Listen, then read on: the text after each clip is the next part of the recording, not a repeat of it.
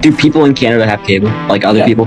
We keep this up in the playoffs. I don't care. And at Chili's. Is it a Chili's? At Kyle's? Achilles. Finally. You don't know that? Fuck you! Get this guy the fuck out of here! Alright, well, coming in at number 5, I got Anthony Stolars. Now!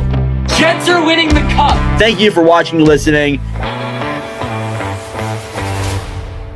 What is going on, guys? It is Nordic here, back again with another episode of the NordCast. It is Thursday, January 2nd, 2025. The first episode of 2025. I'm your host here, Nordic 97, joined with nobody. It is just me today. I wish I could have gotten the guys on here, but Jack is on vacation for New Year's Eve, New Year's Day.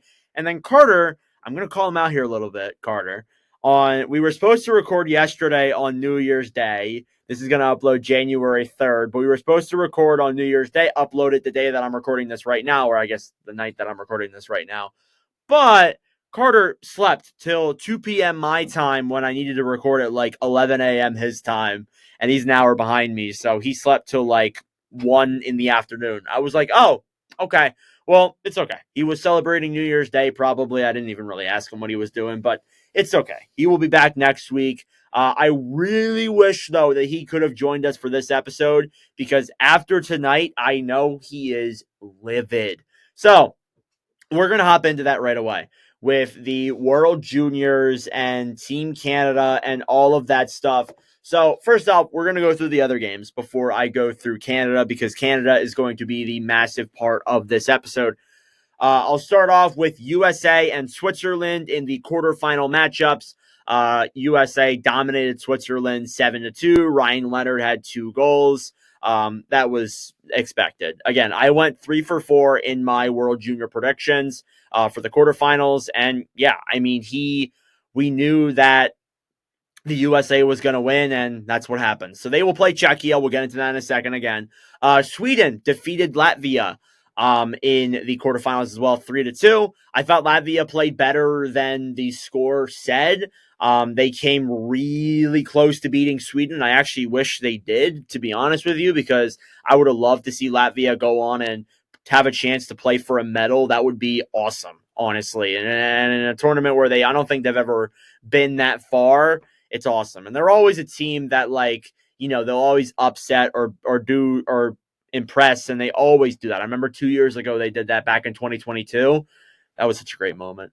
But yeah, overall, yes, Latvia's out. Sweden will play Finland, who defeated Slovakia 5-3. Finland, though, had like 15 shots. I was like, what? Like I don't get how you score 5 goals on 15 shots. I think Slovakia had like 40. And their goalie on the other end for Finland, Rippinen, I think it was the net for them, played really well. So props to Finland there. They will play Sweden, as I said. And then into the one that will cause a lot of discussion. Czechia defeated Canada today 4-3. For the second straight year, Canada is knocked out in the quarterfinals. And again, for the second straight year, Czechia has beaten Canada in the quarterfinals. And this is way different from last year. Last year, I thought this team looked a lot better than they did this past year. And, you know, maybe last year was just luck for Czechia. Many people chalked it up to as and said that, oh, hey, you know, they'll be back at it next year with a much better team. And actually, on paper, like, this roster that they put together isn't that bad. Like it really isn't that bad on paper. But what performed on the ice, the overall team, the discipline, the overall coaching, too, was not good. It wasn't good throughout almost this entire tournament. And I don't even really know where to start. Initially, it started off against Finland. The problems really did like start against Finland, but we didn't notice them because they won. They beat Finland 4-0 in that game. And yeah, they beat them. They shut them out and all that. They only had 4 goals though. That's a below average for a team like Canada. And most notably, I think they outshot Finland by a crazy amount of shots in that game as well. And they still only won by 4, which was something that would become a big concern. But again, they won 4-0, so it wasn't really that big of a deal. The next game was where it really started becoming an issue against Latvia.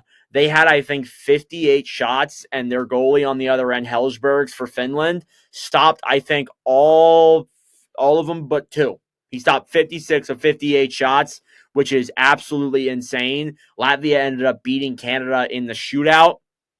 And yeah, that was a game where, again, Canada couldn't score. Like, a lot of their players, like, yeah, they would get a bunch of shots off, but they didn't have the finish that they needed to win.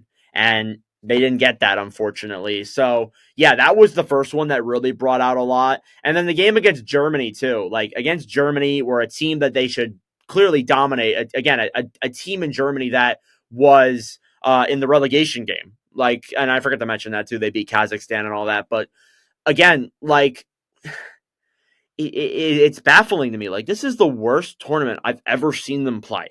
And listen, keep in mind, I haven't been watching hockey for that long. I've only been watching hockey for about maybe 10 years. But that was probably the worst tournament I've seen them play by far. And like, again, against Germany, like, it was 1-0 after 30 minutes against the team that they should be winning by 10. Like, previous Canada teams, you beat that team like 12-1. Like, maybe more than that. Like, honestly, other teams, other Canadian teams before that we've seen in the past, even like as early as like even last season. Like, I think last season that team would have destroyed Germany.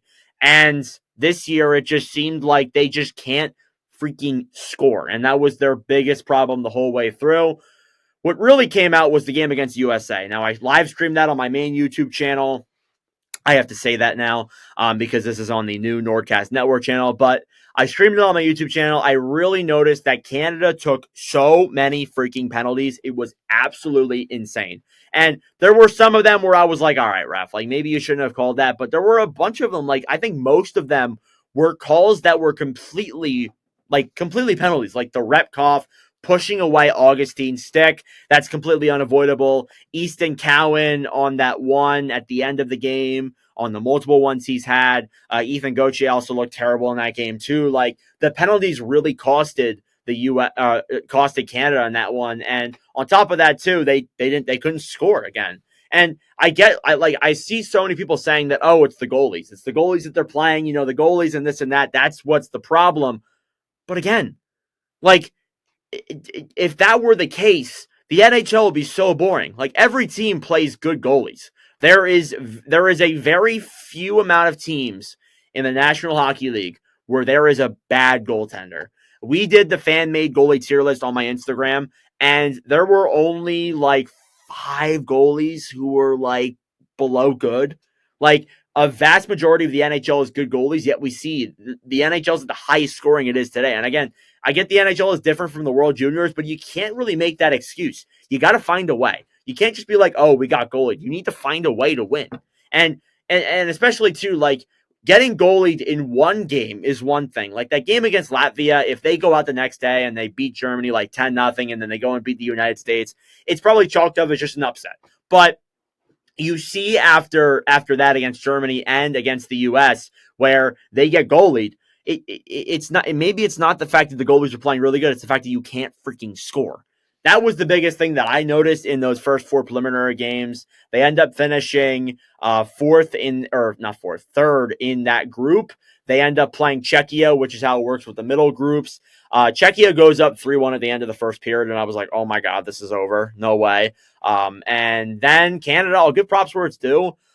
They played really well through the second and the third period. I thought they really had momentum in their favor the whole way through. Again, I think a lot of Czechia's shots came in like the first period, and Canada locked up. They woke up in the last 30 minutes and played really well, but it wasn't enough. And again, they took a costly penalty at the end of the game, and as a result, Jekka, I think it's Adam Jekko, scored for Czechia on the power play with like 39 seconds left, and it's like a repeat of last year. Deja vu. So again, like, you can chalk it, and I've seen a lot of people say as well as that too, that it's the refs.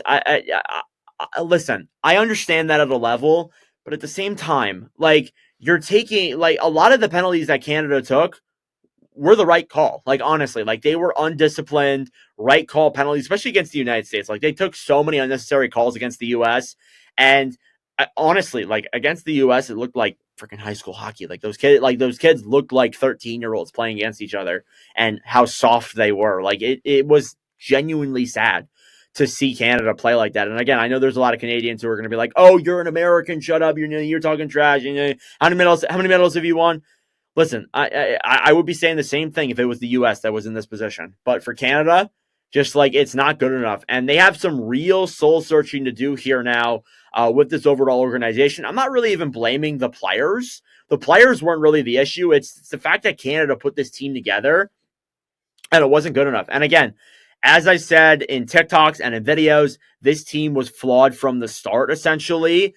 When, guys like Tisha Ginla, who again is injured, but you see guys like Beckett Seneca, Carter Yakimchuk, Zane Perrick, like those are the three best offensive players in the CHL. Like, honestly, like Perrick is one of the best offensive defensemen. Yakimchuk is a really good offensive defenseman too. And Seneca has been lighting it up. Like, I don't understand how you pick players who are more two-way and defensive when this is a short tournament. You need offense. I get having some defensive and grit players. You want to have those guys, but you also need to have guys who could score, and they didn't have that on this team. So, yeah, a lot of things to look at there with that team. The other thing that I want to mention, too, before I move on to the Winter Classic and all that stuff, is the fact that they didn't practice after any of their losses. They didn't get disciplined at all. They didn't practice. And after every loss and every win, they canceled their practice. And even in the morning of the game today against Czechia, they canceled their morning skate. And when Dave Cameron, the coach of Canada, was asked, like, why, he said they're tired. Every other team is playing, like, the same amount of games as you are. Like, every team is playing the same amount of games, the same amount of days as you are. Like, I don't get that excuse of saying, oh, you're tired. Come on. Really? And as a coach, you need to get them through that. You can't just be like, oh, they're tired and this and that and have them not practice and have them be undisciplined. It doesn't make any sense. So, yeah, Canada this year was a whole fiasco. That was not a great tournament from them at all. We are really going to see where it goes from here. I think that definitely they'll need to make a change, and I think that maybe this might be a good thing. And again, I might be, some people might get mad at me for saying that, but this might be a good thing. Just mainly because of the fact that, like maybe if they went out and won a bronze and they would have been like, oh, this isn't the problem, and then they would have ran the same group back. Maybe now they're going to change some things with that organization. So maybe in the long term, it is a good thing. We'll have to see where that goes from there. Let's move on then from that over to the Winter Classic. Again, this is going to be a relatively short one. I got a few things that I do want to talk about. But right now we're going to go into just news and the Winter Classic. So obviously on New Year's Eve, the Winter Classic was played. And again, I also want to say that even though like the reason why it wasn't on New Year's Day instead of usual, like it's usually on New Year's Day, but it was on New Year's Eve this year. It's because of college football and the playoffs and all that and the extended playoffs. And they were just like, yeah, we want to try a different day and see if it works out. And I thought that this Winter Classic was okay. I didn't think it was the greatest. I thought it was okay. I loved how St. Louis played. There were some great stories that came out of that. Most notably, Cam Fowler in his 1,000th game scores 2 goals. I wish he got a third, honestly. That would have been awesome. What do you even do in a hat trick? Do you throw your hats? They won't make it to the ice on the Winter Classic. Anyways, I'm messing around. I'm kidding, obviously, but again, I thought Cam Fowler played really well. The Blackhawks, just a absolute. They are still not there yet. And again, like I also don't really know what people were expecting. They do get a player like Connor Bedard, and it's clear that Bedard is tired of this. But as well as that too, like they're in a rebuild. Rebuilds don't really happen overnight. And I know it'll be 5 years after this season, but as well as that too, they also took a year to be like, oh, we're not going to rebuild. We're just going to, waste our picks on players and things in that. And I also do think too that there are a lot of players on this team that like need to develop still. Like Frank Nazar still needs to get there. Korchinski is not ready. Lev Shunov is down in the AHL still. Colton Dock even as well got caught up today. Again, like they're still not particularly ready.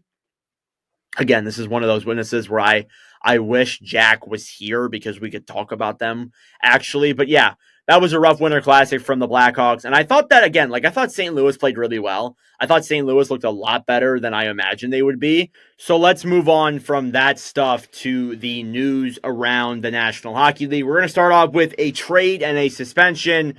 from actually, ironically enough, they're both from out of Nashville.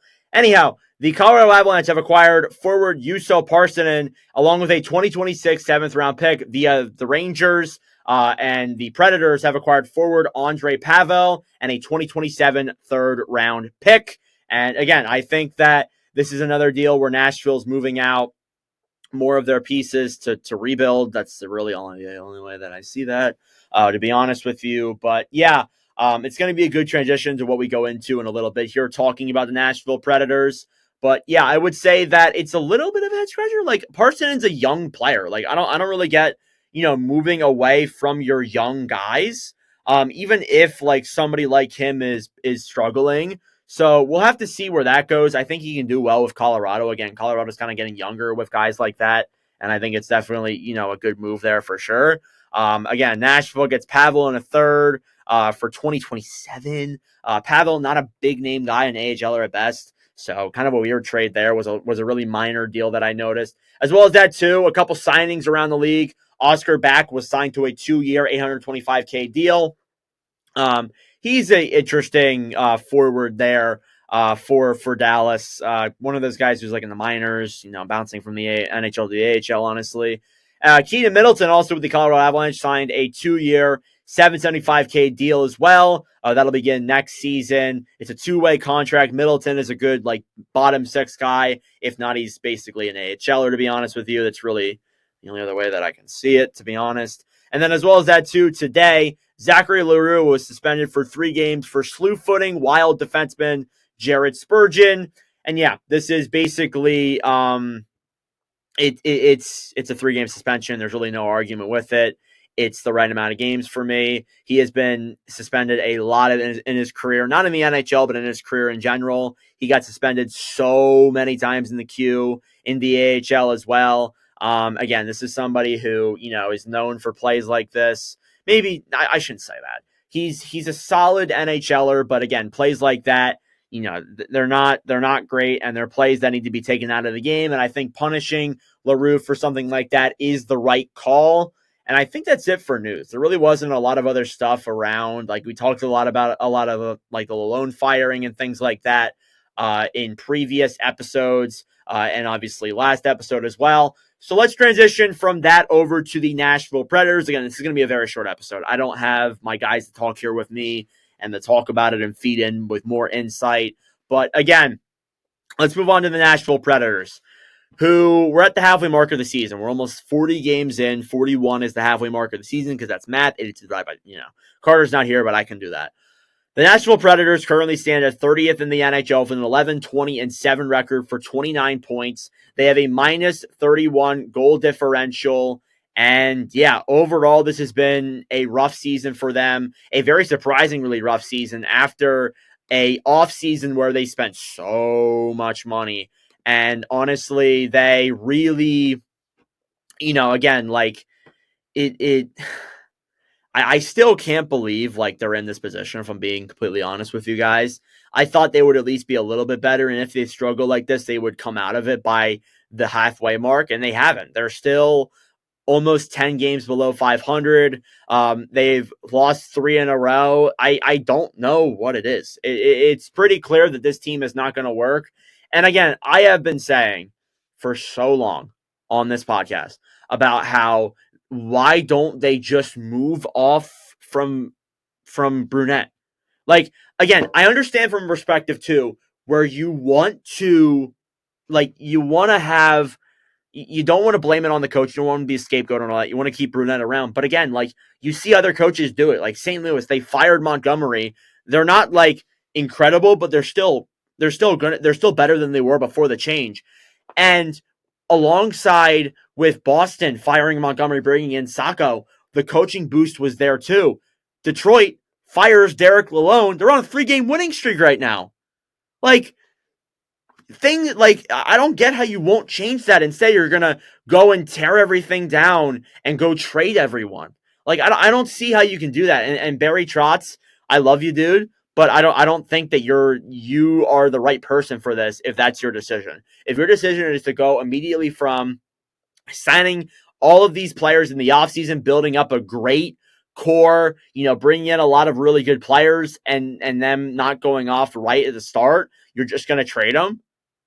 Sorry, you should be fired, dude. Like, I don't think that's right. And again, those guys have really struggled under this team. Philip Forsberg leads the way with 30 points in 38 games played for Nashville this season. And Marcia Salt second, 14 goals, 27 points. Yossi, 7 goals, 24 points. He struggled at the beginning of the season. Stamkos, their biggest guy they brought in, I would argue, 11 goals, 12 assists, 23 points. Ryan O'Reilly had 22 points in 35 games played with only 9 goals this year. Even guys like Nyquist, who was so good last year. Like he was one of those players where he was great cost efficiently. He was getting paid so little and was producing so much. He only has 14 points in 37 games played this year. And even again, like Saros, his numbers are down, 2.82 goals against average, a .903 save percentage. Justice Annunen, a .891 this season with the team. It kind of makes you wonder. And I've been thinking about this over the last couple of weeks, thinking about Nashville and why they haven't been able to get out of this slump that they're in. It might honestly be because last season they weren't that great before the big streak that they went on where the U2 concert was canceled and everything. And I see that meme so much and I'm tired of seeing it. But I think that might have been a big part where they went on that massive streak and we kind of got this false hope from them. And we thought that, oh, hey, maybe there's a chance that, they would be they would come out of this and maybe they would be like an actual playoff contender. Instead, they haven't been. I think that maybe that streak was a fluke. I'm not saying that it definitely was, but I think that it might have been. I see the way this team has played this year. They've only won 3 games on the road in 20 games. That's abysmal. So we need to see something change there with Nashville. I don't know what it is. Again, you're last in goals scored. You're not going to win if you can't score. Your goal differential is one of the worst in the NHL. I think it's second or third worst. You're not going to win like that. You're not going to win like that. They have the worst points percentage of any team in the NHL besides the Chicago Blackhawks, which is absolutely unbelievable. And again, it just seems like overall, Nashville is just, I don't know what you do to fix it. I don't know what you do to fix it. I don't know how you change this roster. I don't know what you do. I think what's going to happen is they're going to trade everyone. I think that is the likely outcome of what happens. So really, really interesting there. We're going to see where Nashville goes from here. But the New York Rangers finally coming off of a win against Boston tonight at the time I'm talking about this, but I did want to bring them up to discuss the fact that it looks like the Rangers players have given up on each other, have given up on the GM, have given up on the fans. And it just, all in all, it seems like a awful situation going on there with the New York Rangers. And again, it has been a historic collapse. We talked about it so much on the downswing of this past season with Kakko getting traded last episode. Before that, they were losing still back and forth over and over again. And again, they have completely fallen off the rails still, even if they did win today against Boston. And hey, maybe that's a momentum shift. Maybe that's the turnaround for this team. But I also want to say they are very far behind in the divisional standings. They are tied for last in the Metropolitan Division, ironically with another team in New York. And overall, it is just an absolutely disastrous year for them. And I get why the players have given up on them. I think that Drury hasn't provided them with a roster that has been good. Again, and it's so weird too, though, that this team is struggling because they're still the same team as last year, even though Drury hasn't provided them with the things that they needed, in my opinion. It's still so weird to see them struggling like this. So honestly, I don't know. I don't know. We're really going to see where the New York Rangers go from here. And that's going to do it for this episode of the NordCast. I am struggling, as you guys can tell. I'm going to wrap this one up here before I say any more stupid things. This has been a rough episode for me for sure to begin the new year. But hey, if you're watching this on the YouTube end of things and this is your first episode, this is not how it's like all the time. I am not the only one here on episodes. This might be the shortest episode in the history of the podcast, if I'm being honest. So yeah, we'll have to see where it goes from here. But yeah, this is episode 85 of the NordCast.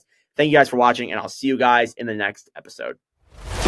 Thank you guys so much for watching or listening to yet again another episode of the NordCast. If you enjoyed, please subscribe down below or follow us on Spotify and Apple Podcasts. If you want to follow us on TikTok, we are at NordCast. If you want to follow us on Instagram or Twitter, follow at NordCast_. That'll do it for this episode. I'm Nordic. Thanks for listening from all the crew, and we'll see you guys in the next episode.